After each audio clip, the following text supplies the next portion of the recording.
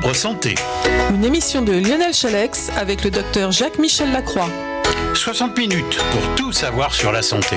CLC Média, votre web radio. Bonjour à toutes, bonjour à tous, bonjour. J'espère que vous allez bien et bien sûr, bonjour au docteur Jacques-Michel Lacroix, parce que sans lui, bien sûr, cette émission n'aurait pas lieu. Eh bien, bonjour Lionel, bonjour tout le monde. Alors, vous êtes passé entre les gouttes. Oui, parce que, alors, on va vous dire la vérité, cette émission est enregistrée, bien évidemment. Voilà, puisque dans quelques jours, c'est Noël. Elle sera diffusée le 17, 18, 19 décembre. Et donc, voilà, dans 6 jours, c'est Noël. Mais nous allons parler aujourd'hui d'un sujet choisi par le docteur Jacques-Michel Lacroix, des chiens renifleurs. Oui, alors... Après les hommes renifleurs, les chiens renifleurs. Oui, il y avait même eu les avions renifleurs du temps de Giscard. C'est vrai, je m'en souviens très bien. Donc là, ce sont des chiens. On va parler de chiens, effectivement, cet après-midi. Des chiens qui sont capables de détecter des maladies chez les humains par leur odorat, ou bien de les avertir d'une possible crise, etc. Donc c'est assez remarquable. Bon, on sait que depuis longtemps, les chiens d'assistance aident de nombreuses personnes malades ou qui souffrent de limitations dans leur déplacement. Donc l'éventail des tâches que les chiens peuvent nous fournir est assez grand. Mais, mis à part le fait des chiens d'aveugle que tout le monde connaît, il y a des chiens maintenant qui sont capables de diagnostiquer des tumeurs ou des infections grâce à leur flair. Alors, on supprime les examens ? Non, quand même pas. Non, quand même pas, mais ça peut être un moyen facile et simple d'alerter. D'accord. Et de faire ensuite des examens. Alors, c'est pas la rigolade, on a fait des tests, on a prouvé que c'était fiable. Et si c'est pas fiable, on les retient pas, mais si c'est fiable, on le retient. Alors, ce qu'on sait maintenant, c'est que ces chiens sont capables de venir en aide à des patients qui sont atteints de sclérose en plaques, de spina bifida ou de la maladie de Parkinson. Parce que ça, c'était déjà presque, on savait le faire, sont des chiens qui permettent de pallier à des impossibilités motrices des gens, comme par exemple actionner des interrupteurs, ouvrir des portes ou ramasser de petits objets qui sont tombés. Oui, mais là on ne parle pas de détection. Non, alors là, on ne parle pas de détection. Ça, on parle de ce qu'on connaissait déjà, là. Et bon, ils sont capables aussi de guider les personnes malvoyantes, de les orienter, etc., pour traverser les rues. Bon. Et puis, il y a des chiens qui peuvent réagir au son du téléphone, enfin, etc. Alors, maintenant, ce qu'on sait, c'est qu'il y a des chiens et on a prouvé qu'il y avait des chiens qui peuvent remplir des tâches très variées, comme prévenir dans le diabète d'hypo ou d'hyperglycémie. Ils sentent ça a une odeur, ou bien prévenir des crises d'épilepsie. Petite question, peut-être embarrassante, mais quelle race de chiens ? Alors, ce sont surtout des labradors. Des labradors. Oui. Oui. Mais je pense que tous les chiens sont capables, mais les plus faciles à éduquer, sûrement, ce sont les labradors. Donc, c'est pour ça que cette étude a été faite avec des labradors. Donc, ces chiens sont capables aussi de détecter des individus porteurs du Covid. Du Covid. Donc, pas la peine d'aller se faire tester, ils peuvent vous le dire. C'est bien plus pratique. Pendant la pandémie de Covid, de nombreux chercheurs se sont intéressés à cette possibilité. Et dans une étude allemande, 8 chiens avaient été ainsi entraînés à reconnaître des échantillons inactivés ou positifs pour le virus, et ils ne se sont pas trompés, quoi. Donc, c'était sur des échantillons de sueur. Parce que j'allais vous poser une question, mais peut-être qu'on va la poser après quelques minutes de musique. Une question pour vous embêter. D'accord, alors on attend. Voilà, nous nous retrouvons avec le docteur Jacques-Michel Lacroix dans le cadre de l'émission Libre Santé. Et donc j'ai dit, tiens, petite question piège. Donc ces chiens renifleurs qui, on a dit, sont souvent des labradors et qui découvrent des maladies comme le diabète, le cancer, le Covid, santé mentale aussi, ah bon? Si on devient fou, le chien peut... Peut-être dans certains cas de schizophrénie ou des choses comme ça, oui. Bon, mais alors, le chien, lui, il parle pas. Non, il parle pas. Voilà ma question. Alors, comment c'est traduit tout ça? Alors, c'est comme pour les chiens renifleurs de drogue, quoi. Ils ont une manière soit de s'arrêter, lever la patte ou remuer la queue, enfin, qui fait que leur maître sait que c'est positif comme résultat. Alors qu'autrement, ils bougent pas, ils sont indifférents si c'est négatif. Oui, mais enfin, pour dénicher un cancer, par exemple. Alors, les cancers... Voilà la colle. Non, mais on va y venir, tout à l'heure. Oui. Ah d'accord, bon d'accord. Là, on est toujours sur le Covid, et il y a eu des études allemandes avec 8 chiens qui avaient été entraînés comme ça à reconnaître des échantillons soit inactifs, soit positifs pour le virus du test, et les chiens ont atteint une réussite de 99,93% quand même. Ah oui, c'est incroyable. Oui, ils se trompent quand même, quasiment pas, quoi. Et tout ça en reniflant, tout simplement, alors soit la sueur, soit ce qu'ils ont fait chez des écoliers. Ça, ce sont des Américains. Ils ont, pendant 2 mois, sur la base d'échantillons de laboratoire, bien évidemment, ils ont éduqué des chiens renifleurs pour qu'ils puissent détecter des composés organiques volatiles, puisque c'est grâce à l'odorat qu'il faut qu'ils soient des composés volatiles, qui soient liés au Covid. Alors, un premier dépistage a été effectué sur des volontaires avant la phase pratique proprement dite, les jours où la réalisation de tests antigéniques était de toute manière prévue dans les écoles, donc ça s'est fait en parallèle. Alors, guidés par leur maître, les chiens ont reniflé les chevilles et les pieds des écoliers, et qui se tenaient à peu près à 1,50 m les uns des autres, pour pas qu'ils puissent se confondre entre deux écoliers. Et les résultats ont montré une sensibilité et une spécificité de plus de 95%. C'est incroyable. Donc on peut dire qu'ils se trompent quasiment jamais, quoi. Alors ça, c'était pour le Covid, mais dans le cas, on va venir après au cancer, mais dans le cas de diabète, par exemple, ils sont capables de prévenir et d'avertir le sujet diabétique pour lui dire qu'il fait ou une hyper ou une hypoglycémie. Alors sans doute que notre odeur change à ce moment-là, bien sûr, puisque les chiens sont capables de le reconnaître, nous on ne peut pas le reconnaître, mais et ces chiens qui sont bien entraînés étaient plus sensibles aux variations de glycémie qu'on ne croyait. Ces chiens pourraient donc améliorer la qualité de vie des patients qui ont un diabète important, surtout de type 1, c'est-à-dire sous insuline, et qui ne sont pas toujours conscients de la survenue d'un épisode d'hypoglycémie, parce que ça arrive quelquefois brutalement. C'est vrai. Et voilà. Donc le chien peut les avertir qui vont avoir un épisode d'hypoglycémie. C'est pas aussi flagrant que dans le cas du Covid. Là, c'est 67% des cas, quand même, ils ont été capables de prévenir une hypoglycémie. Et ils ont même... ils ont même détecté 100% des épisodes, une fois l'épisode est survenu. Alors la moyenne entre la prédiction et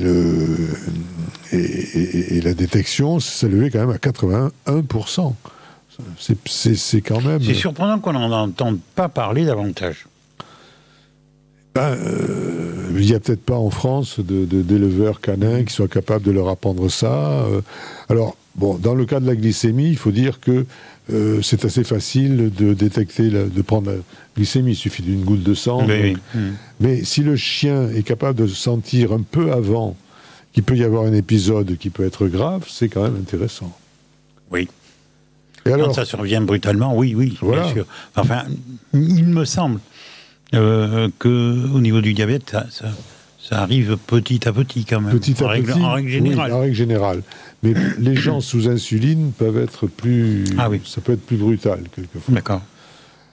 Mais c'est pas là non plus que c'est peut-être le plus utile, parce que ils ont quelques petits signes, s'ils se sentent pas trop bien, ils mangent un peu de sucre et puis ça passe. Bon, ils se disent j'étais en hypo. Bon. Mais là où c'est intéressant aussi, c'est que ces chiens peuvent dépister des cancers. Alors, il y avait plusieurs études qui ont montré que les chiens pouvaient dépister plusieurs types de cancers avant l'apparition des symptômes. C'est ça qui est important, quoi. Avant qu'on ait... C'est surprenant. Voilà. Par exemple, dans le cancer du sein, avant qu'on ne sente une boule. Déjà, le cancer est déjà là et il émet certaines odeurs que les chiens sont capables de renifler. Ah, ça paraît Oui. incroyable. Vous nous surprendrez tout le temps. Hein. Alors, dans le cancer du sein, ensuite, il y a des chiens de berger qui ont été entraînés à reconnaître, eux, des cancers de la prostate dans des échantillons d'urine. Un peu d'humour, ils ne mordent pas. Non, je pense pas. Et là, on leur donne des échantillons d'urine et ils disent là oui, là non. Voilà. Mais ils ont testé 362 patients. Alors c'est quand même... Ah oui, c'est pas rien. C'est quand même pas rien. Oui, c'est pas un petit essai. Et chez certains chiens, la sensibilité à dépister ces cancers était de 100%. C'est-à-dire, chaque fois, ils ne se trompaient pas. Oui, mais alors là, c'est pareil. Bon, moi, je suis curieux, mais ça se traduit comment, quoi? Quand ils détectent, c'est quoi, un aboiement Alors, peut-être, oui. Je ne sais pas, c'est comme les chiens qui sont capables de renifler la drogue dans les valises, dans les aéroports. Ah ben, eux, ils font souvent... moi, j'ai vu dans les émissions de télé, hein, c'est tout.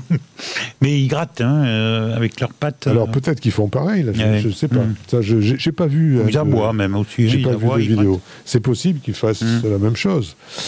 Ils peuvent aussi détecter des cancers de l'intestin.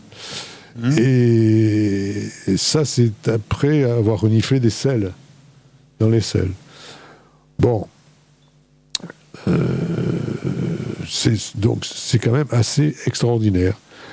Et puis, dans ce qui est du cancer de l'intestin, en comparaison avec la coloscopie, la sensibilité de la détection des échantillons d'air expiré s'élevait à 0,91%. Donc, tout ça pour dire que pour les échantillons du sel aussi, les chiens, c'est quasiment, quand ils disent c'est positif, c'est quasiment sûr. Ouais. Voilà.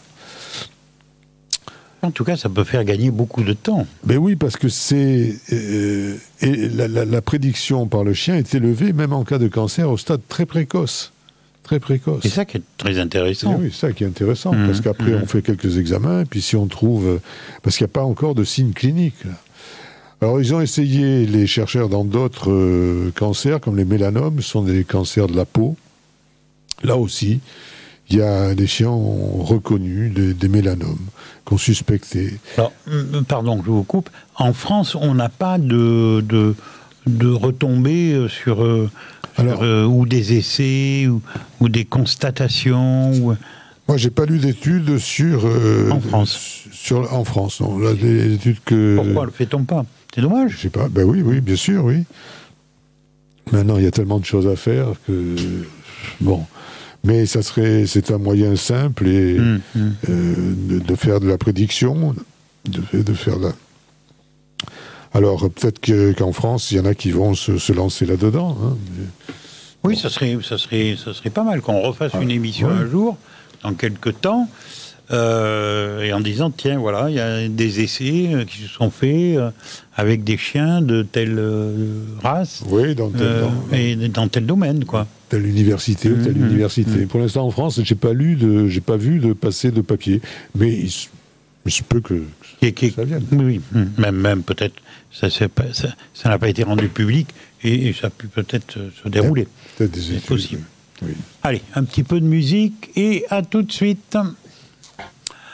Nous nous retrouvons avec le docteur Jacques Lacroix pour Libre Santé. Nous changeons de sujet maintenant. Après les chiens renifleurs, nous allons parler du toucher. Du toucher qui ont montré, alors je vous ai posé la question le temps de la musique, que les cellules des follicules pileux.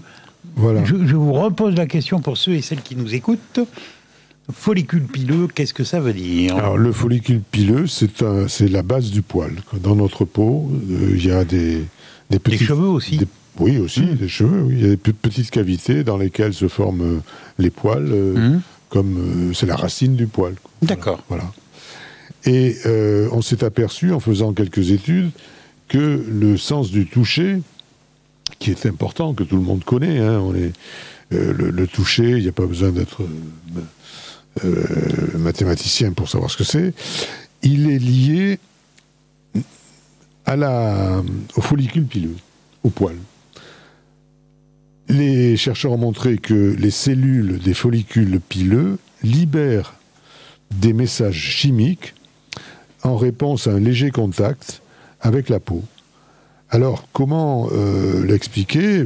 Il n'y a pas... enfin, comment, je veux dire... On peut l'expliquer, mais parce qu'on est fichu comme ça. Le toucher peut provoquer des réactions différentes en fonction des personnes, et en fonction des personnes touchées, en fonction de la personne qui produit le contact, et ces sensations peuvent être agréables, désagréables, bon. Mais quoi qu'il en soit, elles déclenchent chez nous des sécrétions hormonales.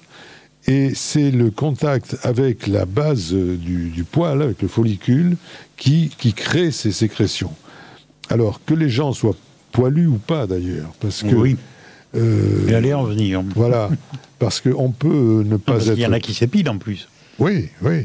Alors, l'épilation, je ne sais pas, ça doit modifier un peu quand même. Le rasage, non, mais l'épilation, ça peut peut-être modifier. Parce que à la base de ça, lorsque on touche ces follicules, il y a une sécrétion de deux hormones qui sont très importantes, la sérotonine et l'histamine. Et la sérotonine, c'est important parce qu'elle a une grande importance dans la régulation de l'humeur, par exemple. La sérotonine, c'est un corps chimique. Si on est de mauvaise humeur... Oui, voilà. C'est un corps chimique qui est sécrété... entre autres par le cerveau. C'est un neurotransmetteur, comme on dit, c'est-à-dire c'est un corps chimique qui permet de créer des liens entre différentes étapes nerveuses, et il régule l'humeur. Alors, il y a d'ailleurs des médicaments qui se basent là-dessus, comme tout le monde connaît le Prozac.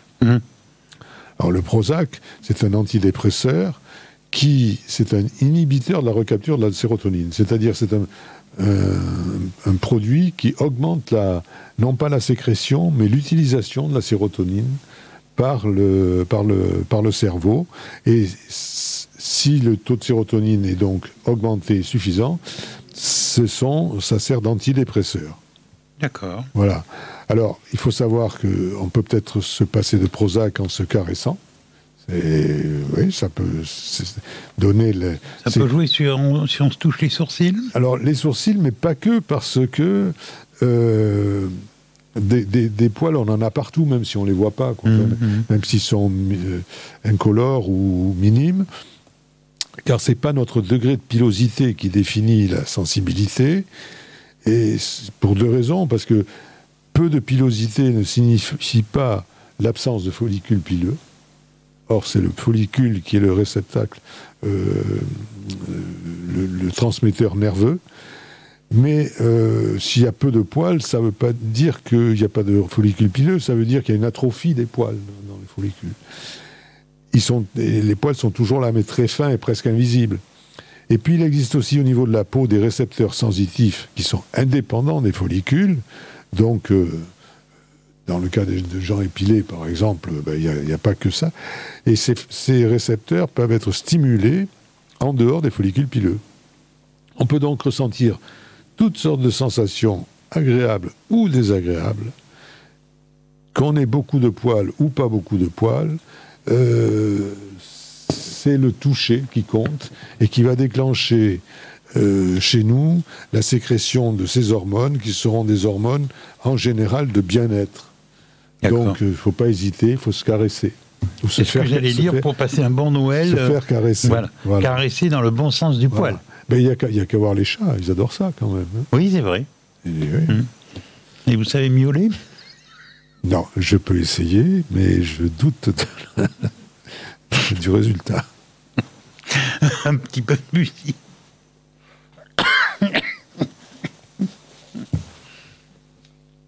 Bon. On a fait combien, là?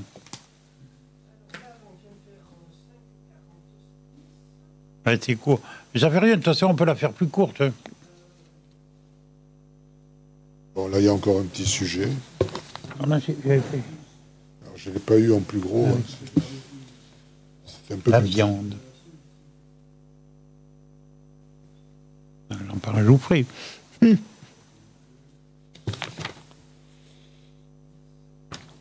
Tiens, Maïté, j'ai porté le carnet de chèques, ça va s'occuper. Hop là. Ça va être vite fait de toute façon.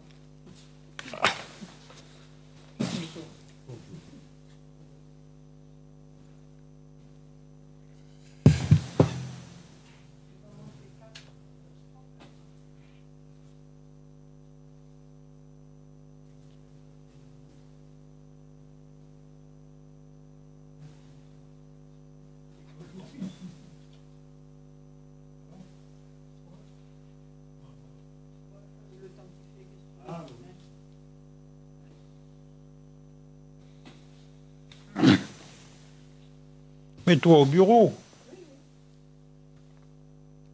On est prêt, Jean-Yves.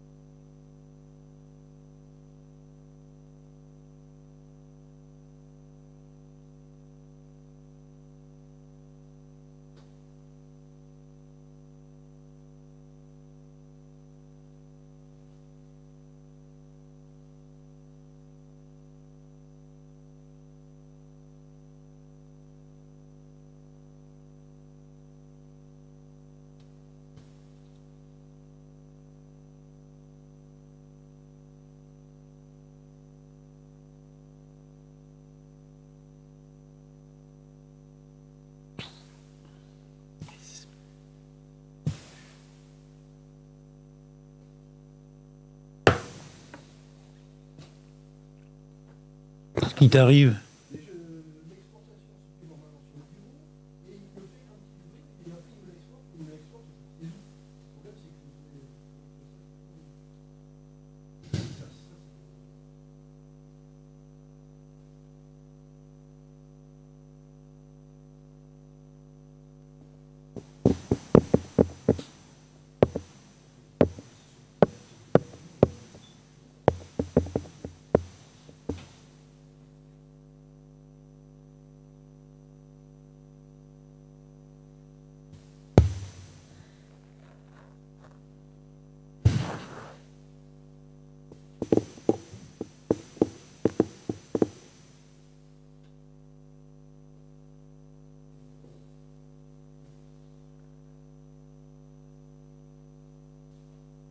En tout, on a fait combien?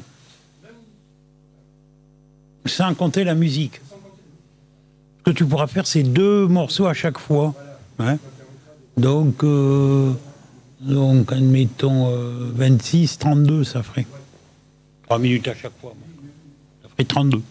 Bon, on va terminer à moins de quart, quoi, en gros.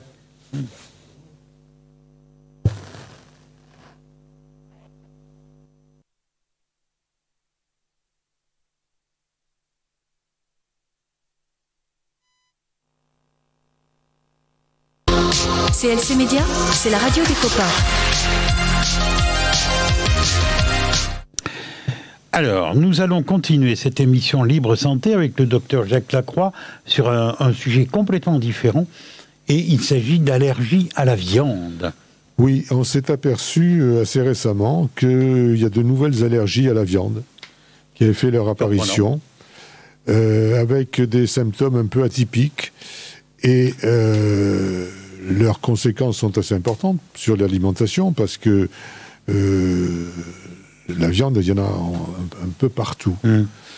Donc, quelle que soit la viande. Oui, bœuf, porc, bœuf, porc, agneau, quelle que soit la viande. Mouton.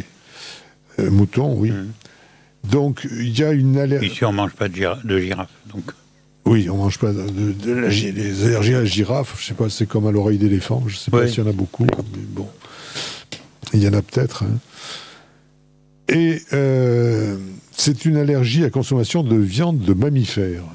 Donc, voilà. D'accord. Surtout, les ovipares sont moins donneurs d'allergie, apparemment, que les mammifères.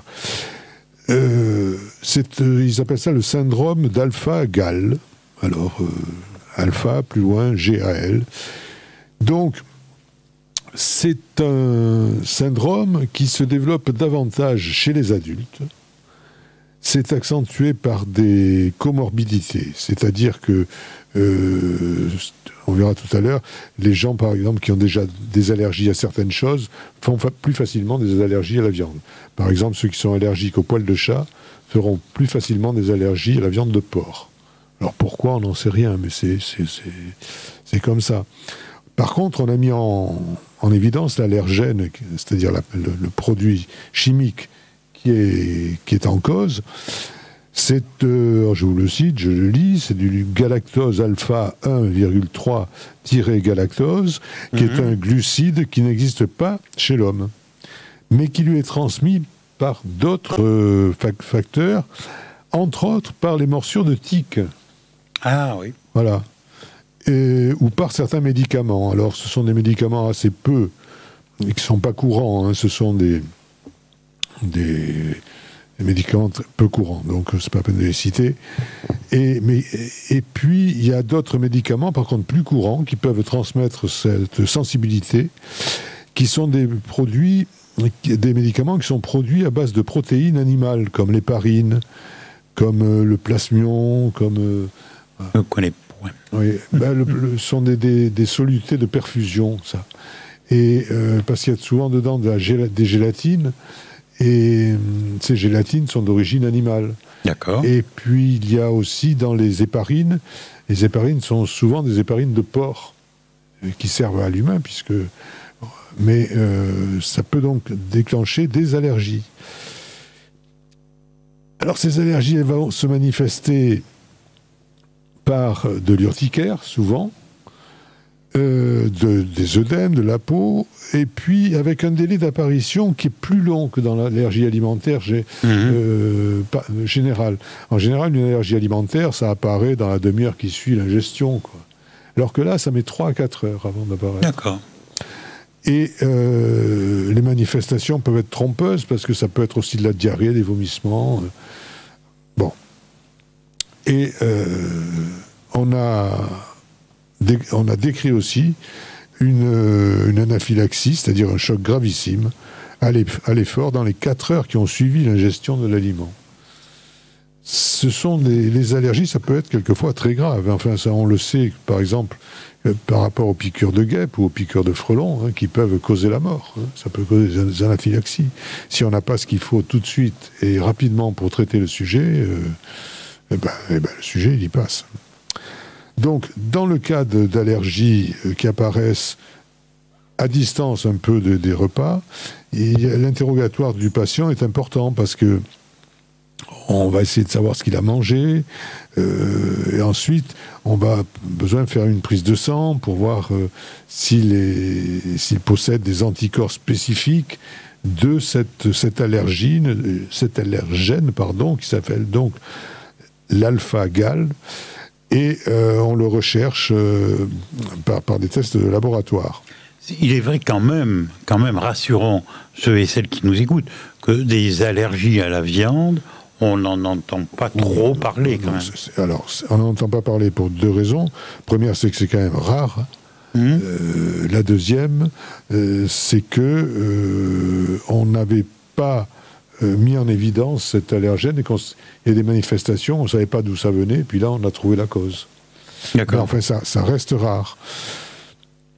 Alors, ce qu'on sait par contre, maintenant, comment se protéger, il faut déjà se protéger des tiques, puisque les tiques, par leur morsure, peuvent non pas nous donner une allergie, mais favoriser l'apparition de la sensibilité à ces allergies.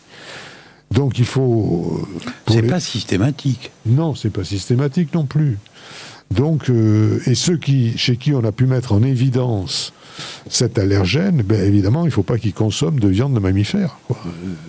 Mais il ne faut pas non plus qu'ils consomment de produits laitiers, ni de produits pouvant contenir des extraits d'animaux, comme des bonbons. Parce que dans les bonbons, il y a souvent une gélatine qui est d'origine... Donc, ceux qui sont atteints de ça, je les plains. Ils peuvent quasiment plus rien bouffer. Voilà. Le poisson Alors, le poisson, peut-être, là, on n'en parle pas dans l'article. Il faut faire... Avant certains médicaments, chez les gens qu'on suspecte donc de pouvoir être allergiques, il faut faire des tests.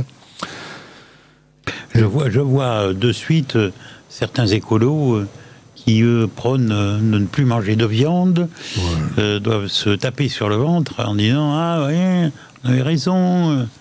Bon, voilà, c'est une petite remarque. Je veux dire, c'est aussi rare quand même que les allergies au venin de guêpe ou au venin de frelon. C'est quand même pas tout le monde qui fait des allergies gravissimes à ça. Par contre, ceux qui sont porteurs de cette maladie, cette sensibilité, disons, à cet allergène, il faut qu'ils aient sur eux, comme ceux qui sont allergiques aux piqûres de frelons, il faut qu'ils aient un stylo injecteur d'adrénaline en cas d'allergie violente.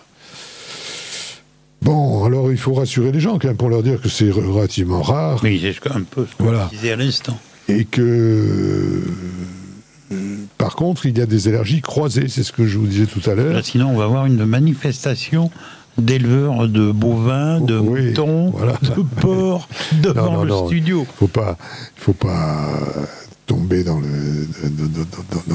la bêtise, mais les gens mangent de la viande sans pas. Mais c'est comme il y a beaucoup de gens qui se font piquer par des guêpes, et puis il n'y en a pas beaucoup qui font vraiment des chocs anaphylactiques sévères.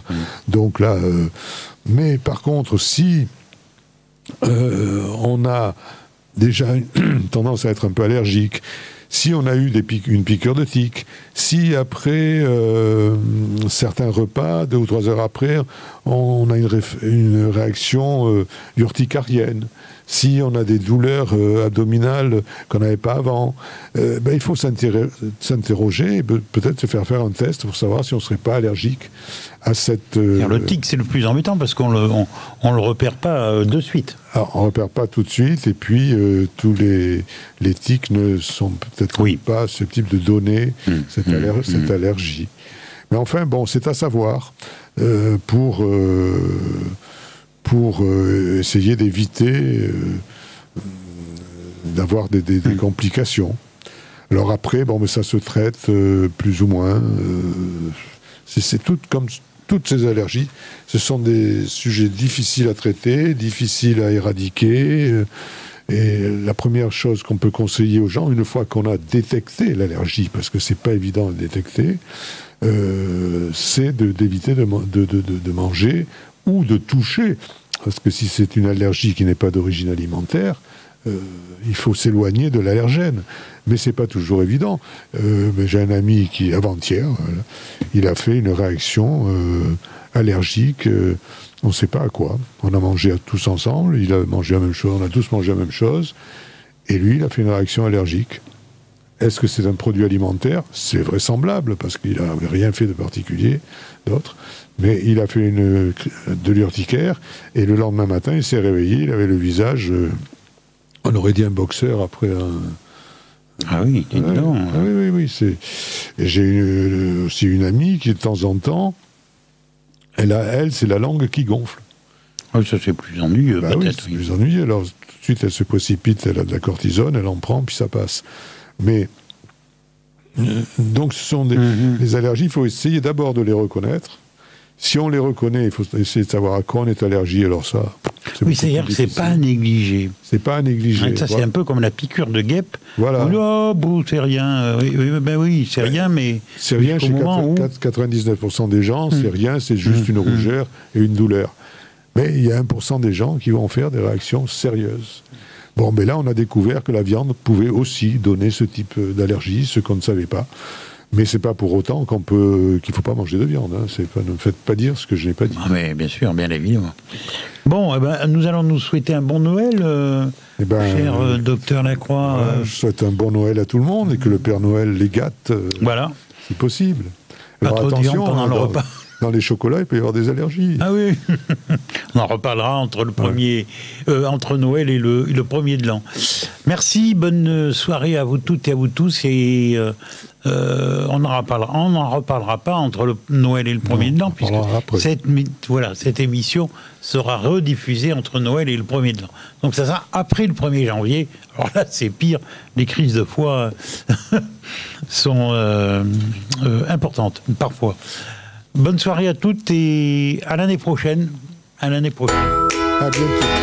Libre Santé. Une émission de Lionel Chalex avec le docteur Jacques-Michel Lacroix. 60 minutes pour tout savoir sur la santé. CLC Média, votre web radio.